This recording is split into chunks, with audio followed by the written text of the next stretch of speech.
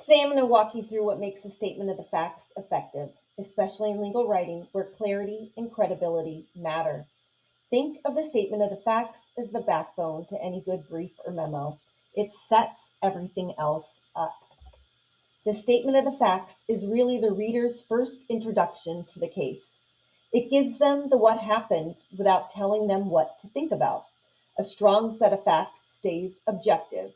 We don't argue, label, or use loaded words. We just state the events as they occurred.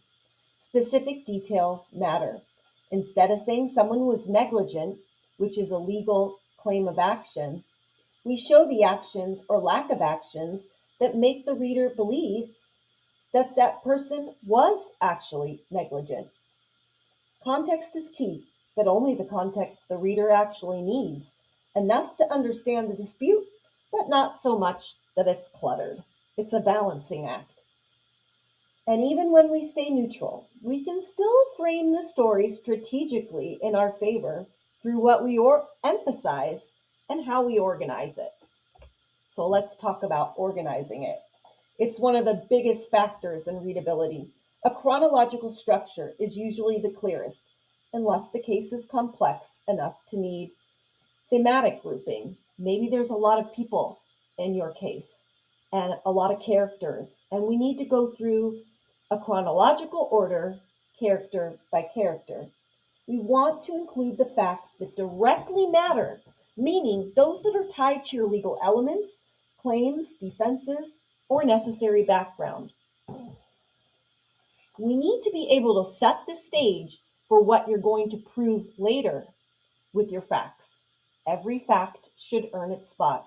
The narrative should end up reading like a nice, cohesive story. Transitions help the reader so they're never confused about the time and the location or who's speaking. Whenever possible, be precise. Specific dates and location matter, and they add to your clarity and your credibility. Tone is critical. We aim for neutral, professional, no emotions or argumentative language, but no robotic language either. We don't want to sound like an Alexa, but we do want to sound professional and neutral. Verbs matter. Choose your verbs wisely. Neutral verbs, like stated, are better than ones that imply judgment.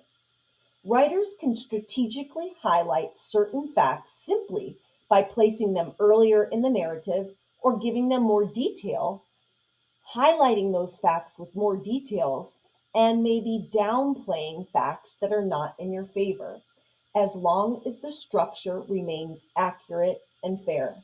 Again, it's a balancing act, right?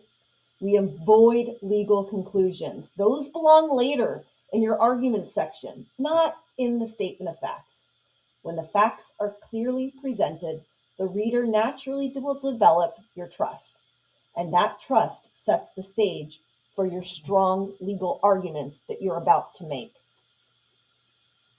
It's balance, isn't it? And it takes practice. That's why we're doing this here. Good luck.